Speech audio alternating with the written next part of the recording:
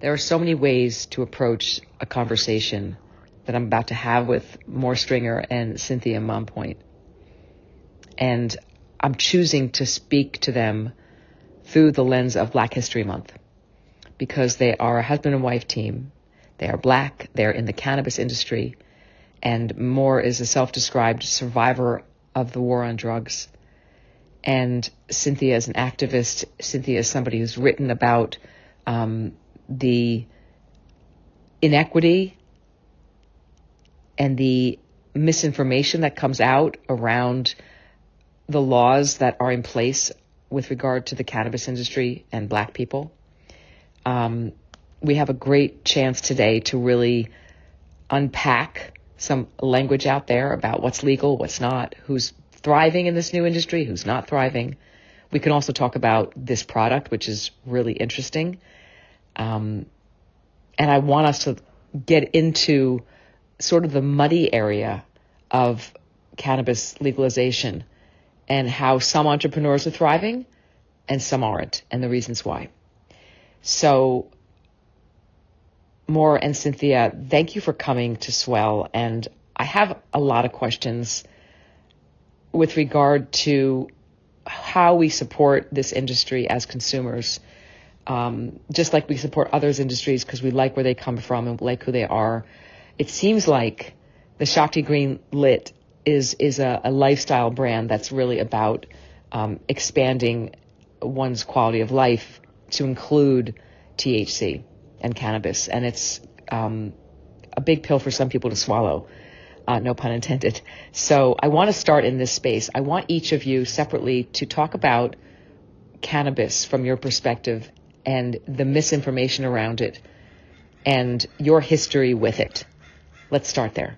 So looking forward to hearing from each of you. So for me to explain my involvement with cannabis, I guess it would have to, I would have to say this. Through deep meditation, it was revealed to me that I brought cannabis to the planet from another planet. So that's how intrinsic cannabis is to me. And that's what all the studies are pointing to. Finding, us having the endocannabinoid system in our system and not even, ever partaking in cannabis this life, but it being there. So it's highly spiritual. It's highly intrinsic. It was to me, I'm 43 years old. I will be 43 June 14th, but I just tell people I'm 43. I like to acquiesce to being older, but I'm 43 years old. And, at 13 years old, being a 13-year-old smoker, a child smoker, I still to this day, as a parent of 4, don't see and didn't see anything wrong with me smoking that early at that age. And, when I went through therapy to just, address my some of the traumas I was dealing with, due in part, I have brain injuries where I've broken the skull, the skin on my head. And anybody who has that type of trauma, a lot of people are living with undiagnosed brain injuries. But just going through the therapy process and seeing why was I a teenage smoker and just being a more educated man, reading about the school to prison pipeline. When I was in school, I wasn't so educated. I wasn't so academically inclined. I was, I graduated high school just like as a functional reader. I could, I would have to sound out words in a book if I was reading a book, and that's just kind of like actually what I did to read so many books that I've read. A lot of them centered around spirituality and self-help, all types of books. But that was my introduction to, yoga, meditation, Reiki, the feminine energy. And when you start studying about the feminine energy, you see how hyper masculine our society is, so just the balance of that and just me being aggressive and violent in my life, just having a thug experience, in the war on drugs as a child soldier, everything that was involved with that era, you remember from the highest, podium seat of the land, the president was calling us people from our generation, 90 in the 80s and 90s, super predators. So, when a cop grabs a 12 and 13, 14-year-old boy, they were like what was happening in my neighborhood. They were giving us crazy time and all types of the whole crack epidemic and stuff. You see how drug use is handled in a lot of places now. There are programs and a lot of things more that are offered to the community that wasn't offered to the black community during parts of the war, the whole war on drugs. It was a real war. That's what people don't understand. It wasn't just rhetoric. It was billions of dollars annually, and it included war crimes. I saw a soldier acquiesce. He was in Afghanistan at the time, and he acquiesced to how Americans were being treated.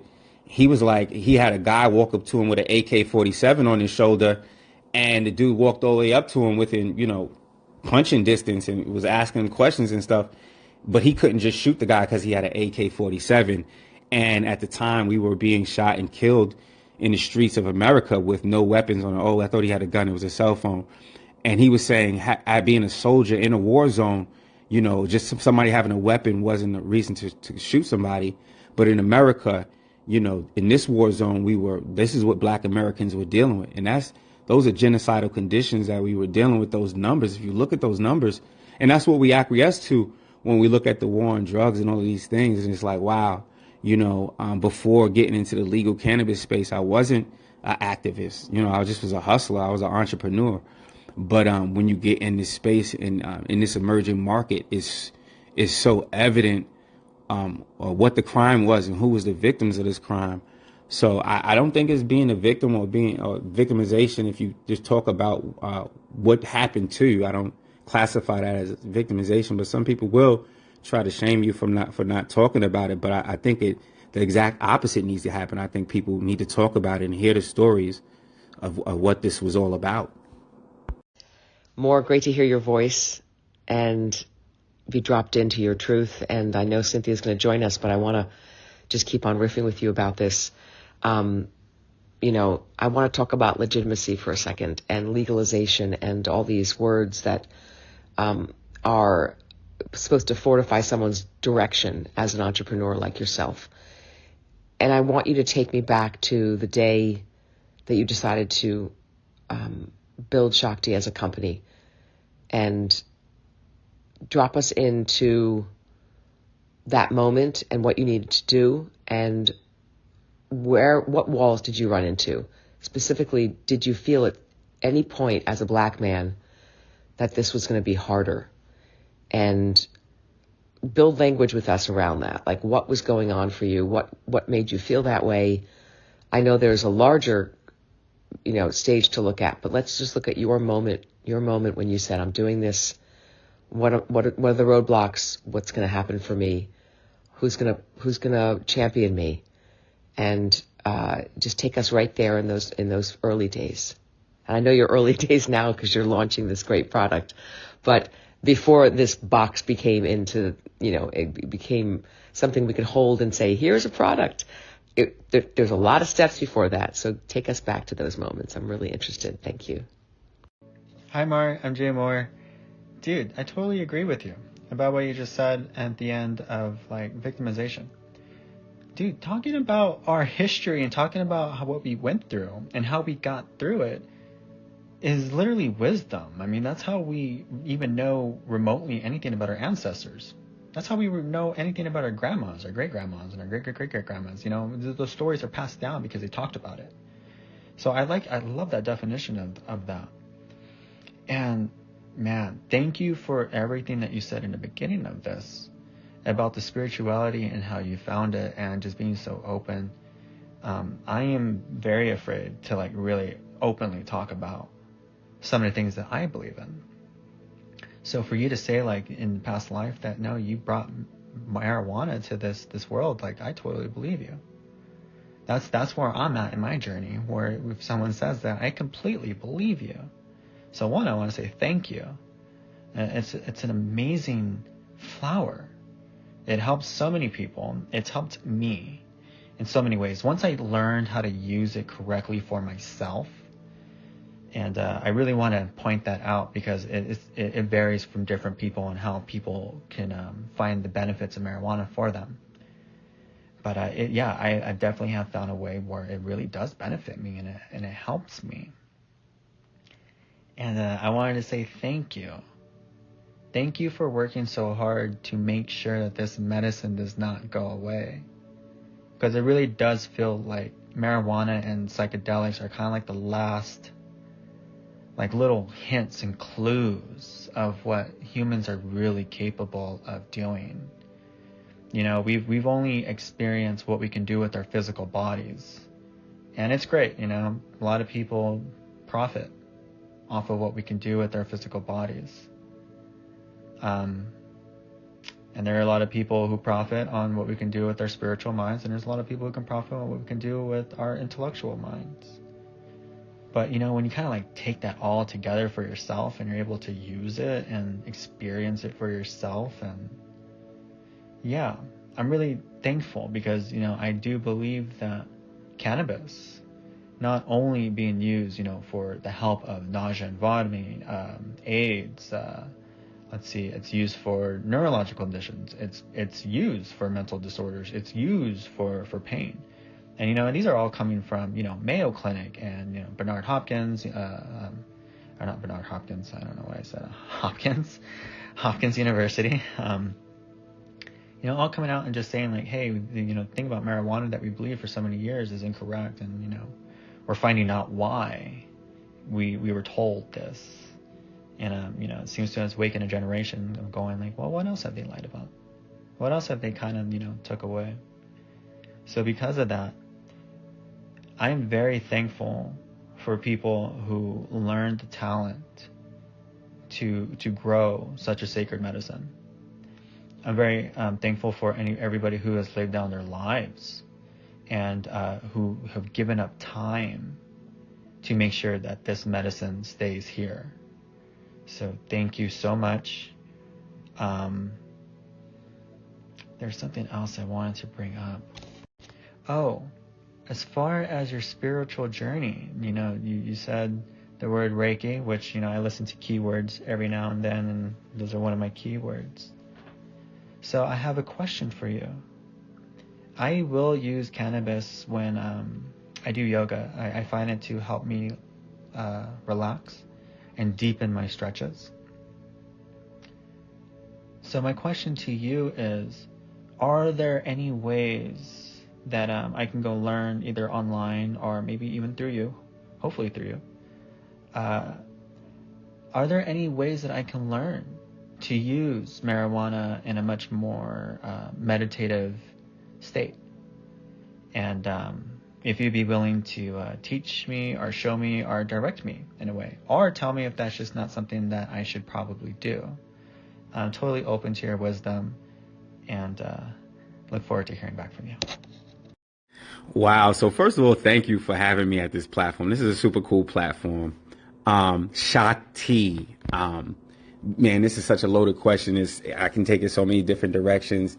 But my base introduction to Shakti, and if you look real closely at the logo, we have a Sri Yantra back there behind the Shakti figure, and there's so much symbolization. I don't even know if I'm saying that word right. But there's symbols in there, sacred symbols, spiritual symbols that I have gathered over the years in my I guess introductions and, you know, practices with nature spirituality systems, I guess, you know, any system that you know honors and observes nature as an avenue to getting closer to source, oneness. These will be considered nature spiritual systems. So the yoga, the meditation, and just my my introduction to the feminine energy. I still am, I guess, a real masculine man. I've always been a real strong masculine figure, participating in real strong masculine type of things. My sport since I was 12 was wrestling, fighting sport, collegiate style wrestling, all that stuff. And then I was a street fighter and involved in gangs and aggression and taking and, you know, so just a point in my life, I was 22, when I really started reading and getting into these spiritual systems and finding these great teachers And so Shakti was my introduction to the Hindu systems, which I love and adore. Buddhism, Hinduism. These are systems where you kind of just pass through. You learn the lessons and you pass through, and you adopt these things to your life, and you live your life through these systems. It's really cool. But the sciences, you'll find that the sciences are the foundations of all of these things, which you got your sacred geometry if you guys are into that. But the sciences, if you get real strong in sciences, and maybe your archaeology, astronomy, you could go into any spiritual system and extrapolate what you need from those systems. So that was my introduction and why I named my company Shakti, to venerate the feminine energy. And that was my path to healing, adopting the polarity, of the feminine energy that a lot of us, I think, are maybe potentially rejecting or ignoring because we are in a real masculine dominated society. But the polarity in a lot of men and in women is missing, So that's where I got the Shakti from. I got with my guys. I hit up a major distributor in Massachusetts. I was able to get into contract with a major distributor. Their depth was what their depth was and is in this space. A lot of people have licenses but don't necessarily have the depth in creating products. This distributor didn't have the depth in creating those products, the product that I wanted to bring to market, but they had the resources and they were able to hire people to do so. I personally brought my friends on, my people who I've been dealing with for years. My brother Brian, he has the owner of a company called Phonetics. He's been creating textiles and stuff for and launching products for over 18 years under that brand. And he has some other stuff, cool stuff going out. My other brother, I call him my brothers because I've been knowing him for forever. Ricardo, I've been knowing him since I was 12 years old, brother from my wrestling team. He's been producing products in the supplement industry for 20 plus years. And my other brother, John, who is a monster business individual, 18 plus years business experience in launching products. He has a couple stores in Georgia, and he also has a recording studio in Georgia. But that's my team. That's the brains, I guess, behind the Shakti creating products. We have a plethora of SOPs and some new products that we're going to be launching this year. But that's kind of like the spiritual and the technical aspects of how, I guess, Shakti came about and the development of the products. And, just being able to develop contracts and produce contracts is important. I was able to, me and my team, my wife included, was able to shape contracts and just kind of petition businesses to want to do some business with us in this space. Yeah, absolutely. Cannabis plays a major part in spirituality. It actually opens up the love quadrant of the heart and the brain. The love quadrant of the heart is the thymus gland. It's the gland that powers the heart. And if you're dealing with any healing and dealing with anything, that heart chakra has to be right. And cannabis allows you to be loving, more peaceable. And in that time, what you want to do when you're feeling like this, I want you to think about anybody who has upset you, anybody who has ever wronged you, and I want you to release them. I want you to, any negative energy that you're sending out to anybody, which is, throughout the day, you're just going to collect, a couple people you might just, have some ill intentions for. Maybe somebody cut you off. I don't know. Some people are so sensitive to sending out negative energy, but when you catch yourself sending out some negative energy toward anybody, I want you to send out a blessing, like, oh, freak that person, cut me off. Oh, no, you know what? Sending that person good energy, man, I hope everything's all right. I hope they get to where they're going. I want them to get there safely. That's the energy you want to give, also in business, so many people dealing with your business and messing with your business. It's easy to garner, be upset at different individuals. Anytime you catch yourself in this upset space, send out good, positive energy. If you can't, then your heart chakra, you need to work on your heart chakra. So the symptoms, your chakra symptoms, they manifest in a physical manner. In fact, anything that we're dealing with physically has started off in the ether first, in a non-physical, etheric, non-measurable category. Get into quantum mechanics to really enhance your spirituality. that really enhanced my spiritual standpoint. The sciences and quantum mechanics, they show you, there's this universe in front of you, your eyes, that you can't even see. So this right there is a big thing when you're dealing with subtle body energy healing, such as Reiki. You want to know what you're actually interacting with. And quantum mechanics, man, quantum theorizing, quantum mechanics, these things are powerful studies to get into, as a foundation as to what you're doing with your hands. What are you doing? You're doing some spooky stuff. You're just waving around. And what are you actually doing? Are you actually doing something? And are you just trying to use faith to believe that you have this energy field in front of you? Or have you looked at the sciences to show you like, this is a fact. This is the truth, dude. And you'll find with these ancient spiritual systems, these things are all practical. They have practical uses. And they all deal with your health physically, mentally, and I like to say spiritually or energetically, if people don't believe in spiritual type of things.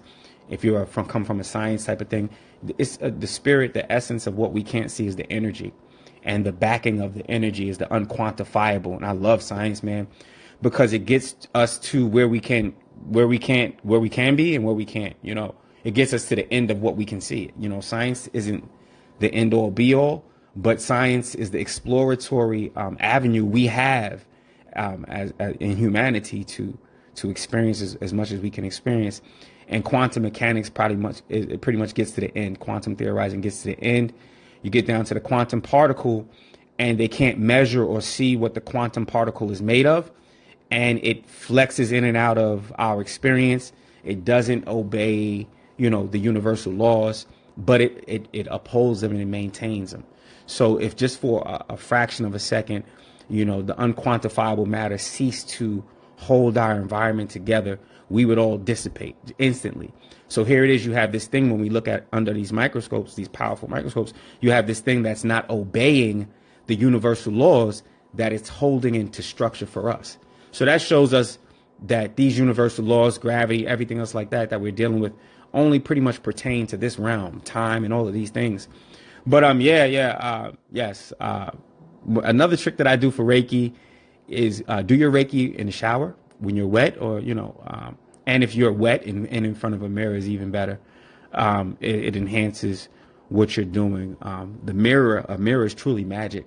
You stand in front of the mirror and you get your reflection, but then you can also understand and know that your etheric field is there. And those are the two things over the years that has enhanced my experience with Reiki, and also creating your own symbols, creating your own things based off of how you feel. Hello, and thank you for having us on. I'm excited to be on this platform. I am ecstatic to be talking about not only our brand, but also the work that we do in the cannabis industry, our journey and the impact that it's had, and ways that we can really take head on the challenges that we're facing, that many face as they look to navigate this space, and how consumers can be a part of changing the narrative and changing the stigma around cannabis, around entrepreneurs in cannabis, around Black consumers and entrepreneurs when it comes to cannabis. So pretty excited to be here. I want to talk about our brand, Shakti Greenlit, Energize Your Expansion. And when we talk about energizing your expansion, we're talking about expanding your quality of life, as you mentioned, and not necessarily to include THC, but by recognizing that by including THC, by including cannabis, a person's able to do more and be the best with everything that's available to us, right? That's what we're talking about with quality of life. And when we were dealing with prohibition, we were denied the healing, medical, and therapeutic benefits of the cannabis plant. So many years of potential research and development. And as Maur mentioned, when it comes to our endocannabinoid system, this is a system that we naturally have, and it helps maintain homeostasis, right? And recognizing the benefits of having a phytocannabinoid through the cannabis plant, and other plants have phytocannabinoids in them as well, but particularly with the cannabis plant and the benefit that has when we are dealing with imbalances in our system. And so to get us back to homeostasis, the role that cannabis can play with that. And so for me, my introduction to cannabis came much later in life than Maur's introduction. You know, I had a couple of early stints around my college years with testing the plant, if you will, but never really got into consuming, mainly because when I finally figured out how to get the therapeutic benefits, if you will, I was a certified teacher, and it was illegal, and so I wasn't going to jeopardize the very important work that I was doing just to say, just to consume the plant. However, fast forward to now, my second to last pregnancy that I had, cannabis played an instrumental role in me being able to deliver my son at home. And prior to that, I actually had 2 scheduled C-sections. So we had one of our doulas, we had 2 doulas and a midwife, and one of them, she provided me with a cannabis cream, and that was what I used the first time I had ever experienced contractions. And without that, I'm not quite sure what would have happened, but I definitely became a believer in the power of the plant, and that led me down the path of really better understanding something that, I just recognized with Maur. Like, he goes into his space, his man cave, he consumes, medicates, if you will, and that's what he needed, especially when we talk about, dealing with PTSD. But for me, realizing, whoa, there is power in this plant, and there is power for women in terms of what the plant can do for us throughout the different phases of our life. So really excited about what we are able to do through our brand, Shakti Greenlit, and some of the things that we're looking to bring to market, and continue to build a community around expanding quality of life and how we do it for ourselves, for our family, and for the greater community at large. Cynthia, it's great to hear your voice, and Maur, great to hear your response. There's so much spirit to this conversation.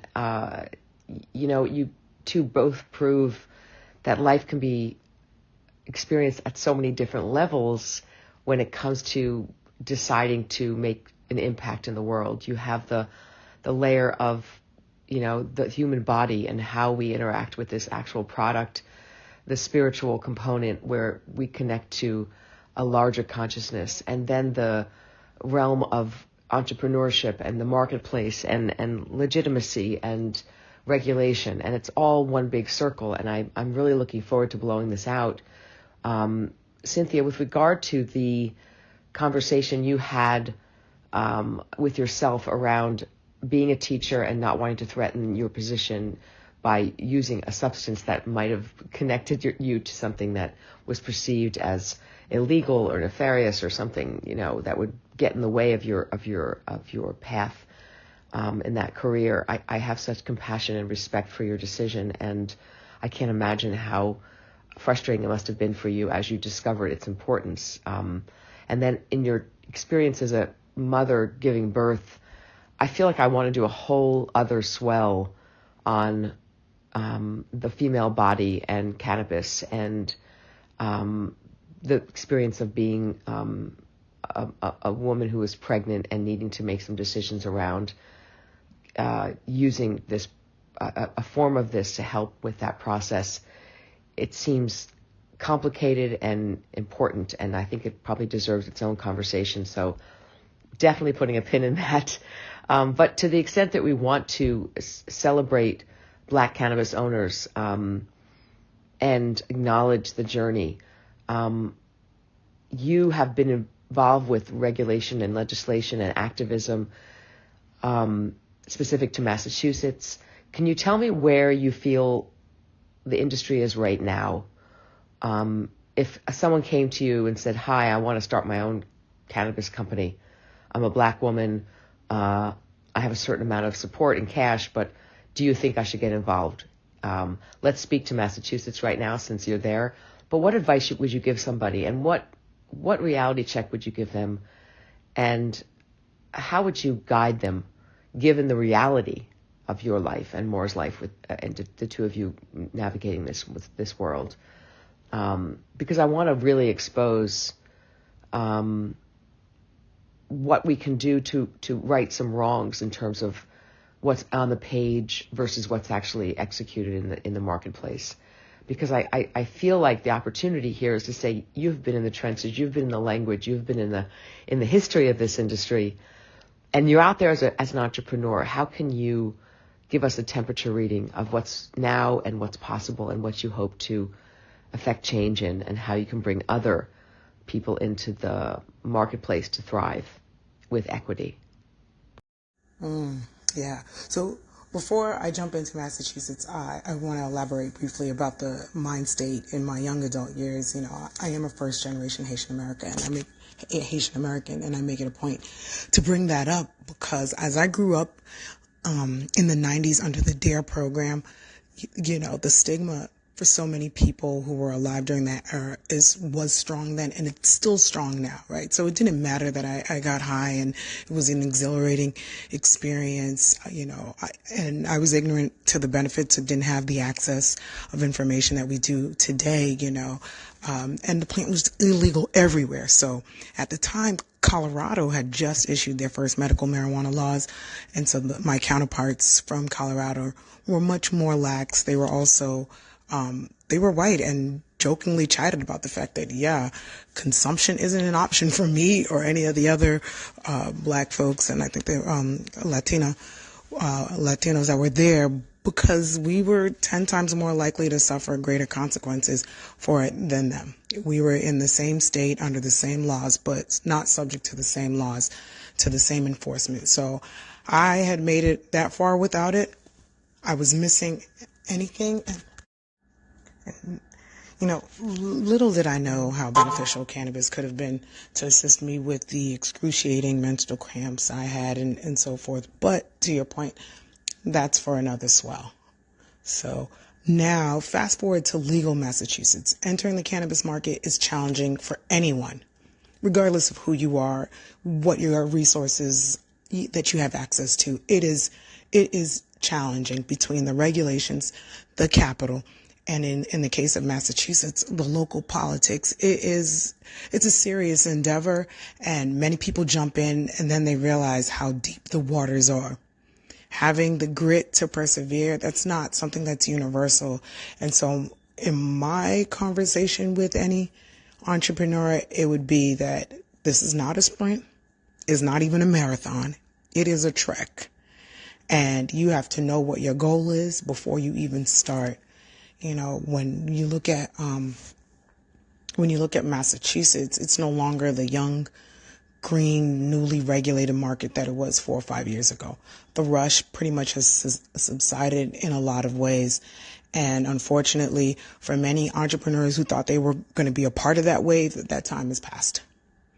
When I think about folks in the social equity program or even the economic empowerment program that Massachusetts had rolled out, it's really devastating for a lot of the black and brown entrepreneurs who thought the state was going to hold true to its word when it came to promoting equitable participation in the regulated market, right? And when we talk about cannabis, remember, black people were overrepresented in the cannabis industry when it was just weed, right? So when we're talking about marijuana and the arrests, black folks in Massachusetts make up 10%, roughly, give or take, depending on the year or the data. And somehow they constituted upwards of 50% of the arrests in Massachusetts. And this was the data that was touted when we were pushing for legalization and strumming the hearts of folks, highlighting the harm that the war on drugs had and how we had to do right by those most harmed by the war on drugs. And so, you know, the state put in legislation. We're going to give them priority. The state put before the people, the citizens of Massachusetts, that we are going to prioritize the equity cohort of folks. And that's not what happened. And today we look at the data on ownership in this space, and it's far from equitable representation. Dig deeper to the point I like to bring up is don't even look at the licenses, right? Because a lot of the times when people are talking about, how ownership, we're looking at the license data. Look at how many businesses actually operational, because that's another gauntlet. You secure the license, but then to get from licensing and all the process and steps that have to go between that, and then to get the green light from the commission to be operational is another challenge and journey and part of the trek that many are not even aware of. And the data is even more alarming when we start to look at Black and brown entrepreneurs and business owners in this space who get to the point of being operational. And so, in